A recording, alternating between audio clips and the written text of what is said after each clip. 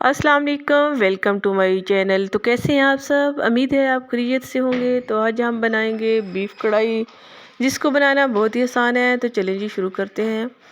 मैंने लिया 1 kilo beef, जिसको मैंने अच्छी तरह से धो लिया। अब मैं बीफ को प्रेशर कुकर के अंदर ऐड करूँगी।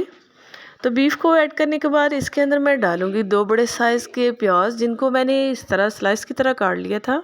और इसी तरह इसके अंदर मैं डालूँगी 2 बड़े साइज़ के टमाटर, जिनको भी मैंने स्लाइस की तरह काट लिया था। तो सब मैं इसके अंदर ऐड करूँगी। अब बड़ी इलायची और 2-3 टुकड़े दालचीनी के। और उसके बाद मैं इसके अंदर शामिल करूँगी 1 टीस्पून नमक और 1 टीस्पून लाल मिर्च और हाफ़ टी स्पून हल्दी। और अब इसके अंदर मैं 2 गिलास पानी के शामिल ऐड करूँगी और प्रेशर कुकर को मैं 30 मिनट के लिए बंद कर दूँगी। तो प्रेशर कुकर को बंद 30 मिनट के बाद माशाल्लाह से हमारा बीफ गल चुका है। अब मैं इसकी बुनाई करूँगी और इसके अंदर मैं घी को शामिल करूँगी, आप ऑयल भी शामिल कर सकते हैं। तो अब मैं इसकी बुनाई करूँगी अच्छी तरह से। तो बुनाई 5 से 7 मिनट तक मैं करूँगी और इसके अंदर मैं शामिल करूँगी 1 कड़छी दही की।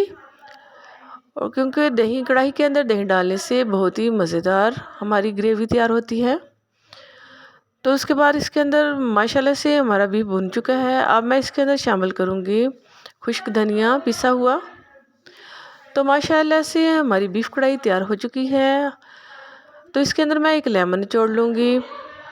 तो आप भी इसको ईद वाले दिन ज़रूर ट्राई करें। तो चलिए जी अगली रेसिपी में आपसे मिलते हैं।